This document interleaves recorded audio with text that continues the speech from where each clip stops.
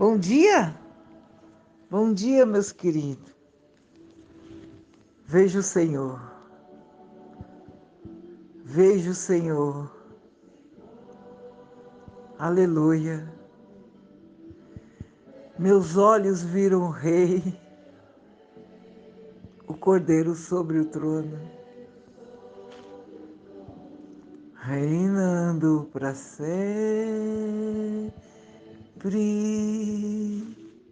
aleluia, para sempre, de eternidade em eternidade. Ele é Deus e reina. Oh, louvado seja o teu nome, bendito seja o teu nome. Oh, Deus, aceita a nossa adoração, Senhor,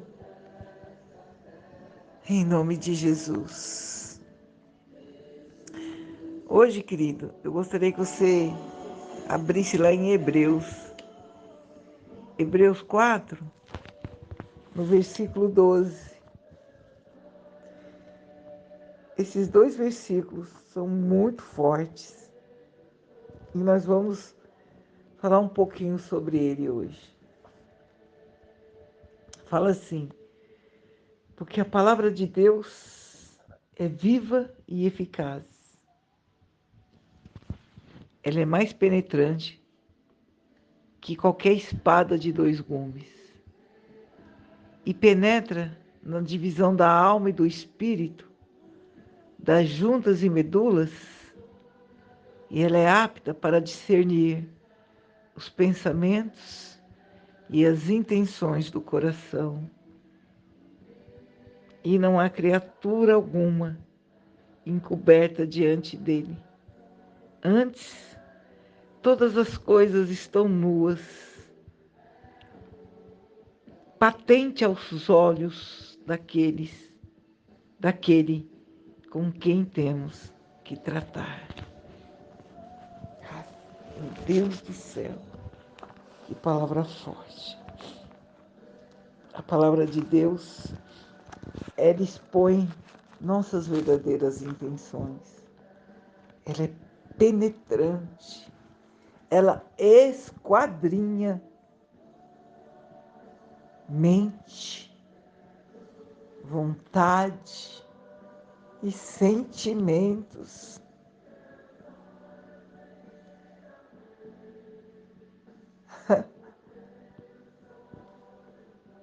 Não tem como esconder nada.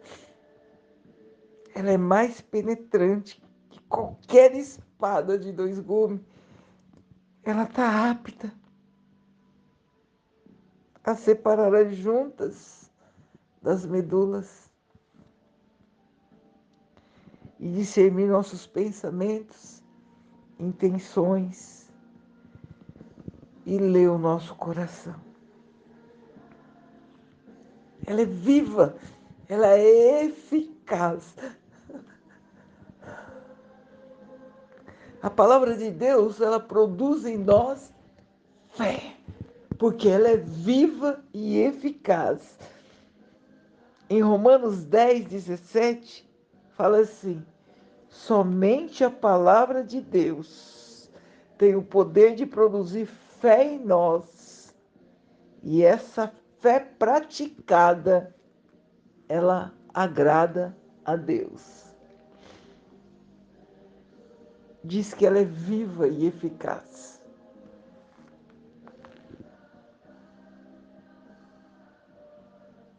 Ela é viva e eficaz, porque foi por ela que em Gênesis, na criação do mundo, foi ela, foi a palavra de Deus que trouxe à existência tudo o que se vê. Foi a palavra dele que trouxe luz. Foi a palavra dele que criou a terra, o mar, o dia, a noite, que estendeu os céus, que pintou de estrela. E falou: haja árvores frutíferas, e houve árvore frutífera. Haja aves no céu e houve aves no céu. Haja peixes, haja animais. Haja. Foi através da palavra dele que tudo se formou, porque ela é viva e ela é eficaz. E ela é eterna. Em Mateus 24:35 diz assim: nós precisamos nos apegar à palavra de Deus com mais firmeza e confiança, sabendo que todas as coisas passam, mas a palavra dele permanece para sempre. O apóstolo Pedro, ele nos ensina que a palavra de Deus ela é viva. Lá em 1 Pedro, no capítulo 1, no versículo 23, vai estar falando assim: isto é, a palavra de Deus ela tem vida própria, que emana de Deus e produz vida a quem dela se alimenta. Aleluia. Ela tem vida própria que emana de Deus. Isto é,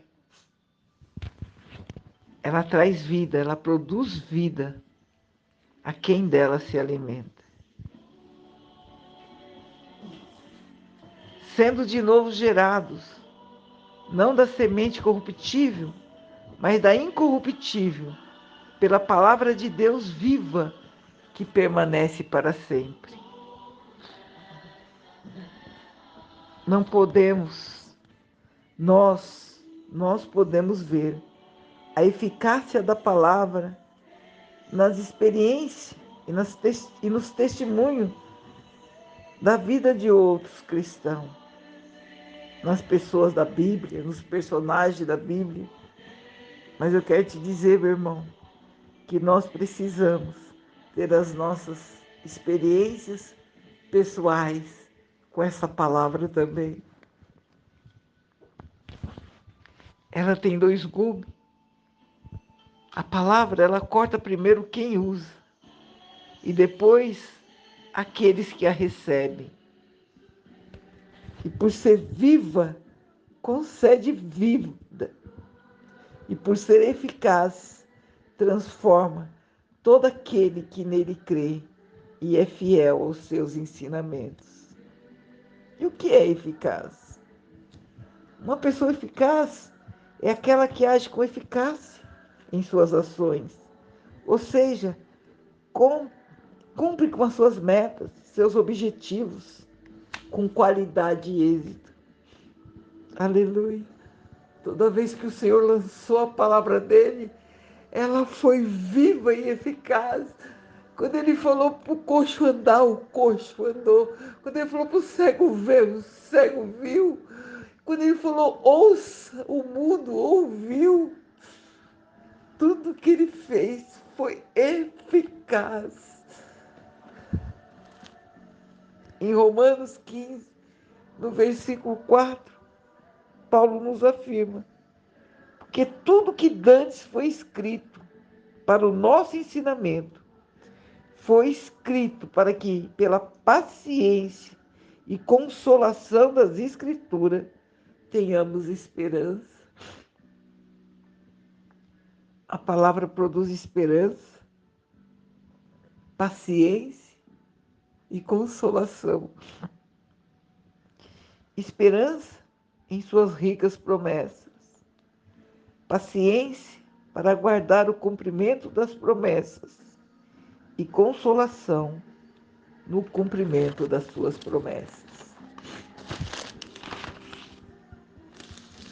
Esperança nas suas ricas promessas. Em Romanos 15, versículo 13, Paulo deseja que sejamos ricos em esperança. E ele diz assim: o Deus da esperança quer nos enriquecer de esperança. O homem que não tem esperança ele não tem vontade de viver. A esperança é o fôlego que nos faz continuar acreditando no futuro e vivendo o presente. Aleluia. Tem um pastor, ele chama Gesiel Gomes.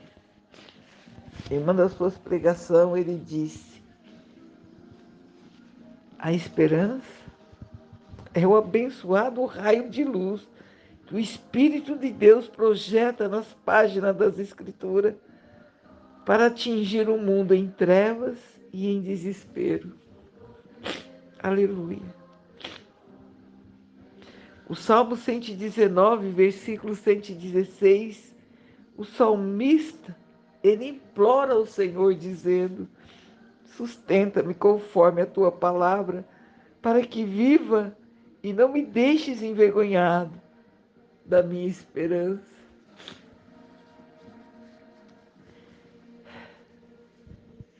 Lá em Jeremias, na realidade não é Jeremias, já é Lamentações. No versículo Lamentações 3, no versículo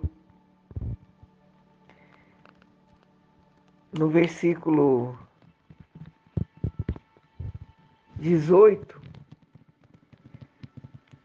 eu vou ler a partir do 16. É o profeta Jeremias, desesperado, amargurado.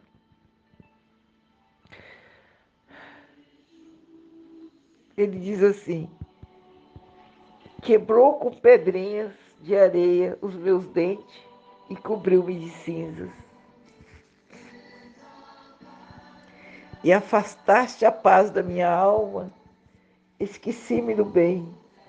Então disse eu: já pereceu a minha força, como também a minha esperança no Senhor. Aí ele diz assim no 19: lembra-te da minha aflição e do meu pranto,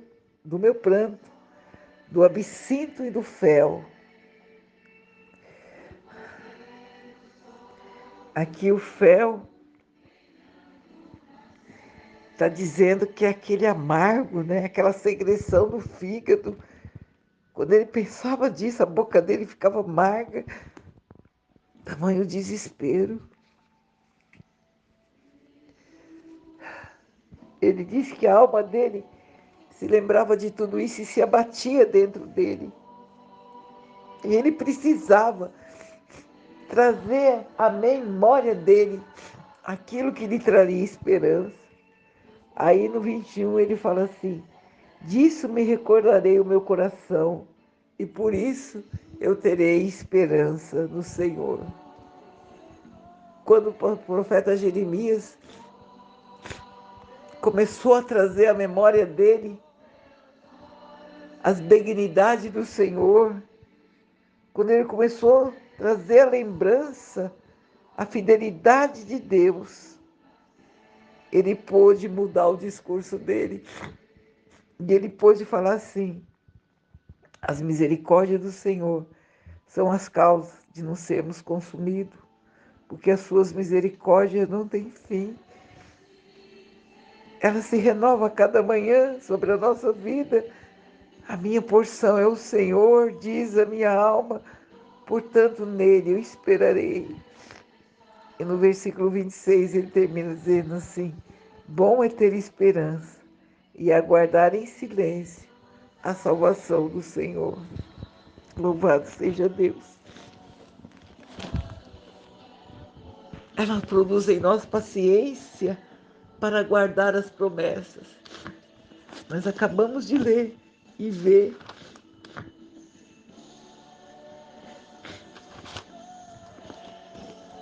o que é esperança. Agora ela produz também paciência para que a gente possa aguardar as promessas. A paciência, ela é definida como um equilíbrio, um autocontrole diante das adversidades. É não perder o ânimo diante da própria demora. Em Romanos 5, versículo 3 e 4, vai falar assim, é Paulo, tá, que afirma isso, que a tribulação, ela produz a paciência produz a esperança, a experiência, a paciência produz a experiência, e a experiência produz esperança. A paciência nos proporciona paz de espírito e serenidade na alma. Quando cultivamos a paciência, nosso estado interior se assemelha a um lago, sabe? Ou a um rio tranquilo. O Salmo 46, no versículo 4, na realidade, o Salmo 46 começa dizendo assim, que ainda que Deus é o nosso refúgio e fortaleza, que Ele é o socorro bem presente na angústia, pelo que não temeremos. Aí ele começa a falar do monte de abalos, né, na terra. Ele fala assim, ainda que a terra se mude, ainda que os montes se transportem para o meio dos mares, ainda que as águas rugem e se perturbem, ainda que os montes se abalem pelas bravezas, há um rio cujas correntes alegam a cidade de Deus, o santuário da morada do Altíssimo. Deus está no meio dela e não será abalado. Deus o ajudará no romper das manhãs. Aleluia. É isso que a paciência provoca em nós, uma serenidade na alma, uma esperança, uma certeza de que Deus é conosco. Aleluia. Em 2 Tessalonicenses, versículo 5, Paulo diz assim, ele ora na realidade, né? Para que o Deus de paciência e de consolação vos conceda o mesmo sentimento, uns para com os outros, segundo Cristo Jesus. Aleluia. O Deus de paciência e consolação vos conceda o mesmo sentimento, uns para com os outros, segundo Cristo Jesus. E em Hebreus 6, versículo 15, vai dizer assim, a palavra de Deus, ela nos afirma que Abraão, esperando com paciência, alcançou a promessa. Terceiro, consolação para o cumprimento das promessas. A consolação, queridos, é o próprio alívio quando as promessas são cumpridas. É um remédio pela aflição da espera. Lá em Lucas 2, se você quiser abrir, nós vamos falar de um personagem da Bíblia. Em Lucas 2, lá no comecinho do livro de Lucas, no capítulo 25,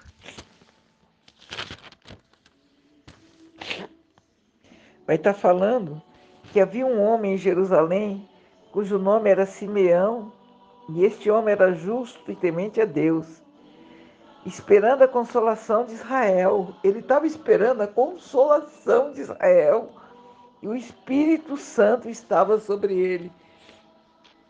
E fora-lhe revelado pelo Espírito Santo que ele não morreria antes de ter visto o Cristo, o Senhor, e que pelo Espírito ele foi ao templo quando os pais trouxeram o menino Jesus para com ele procederem segundo o uso da lei.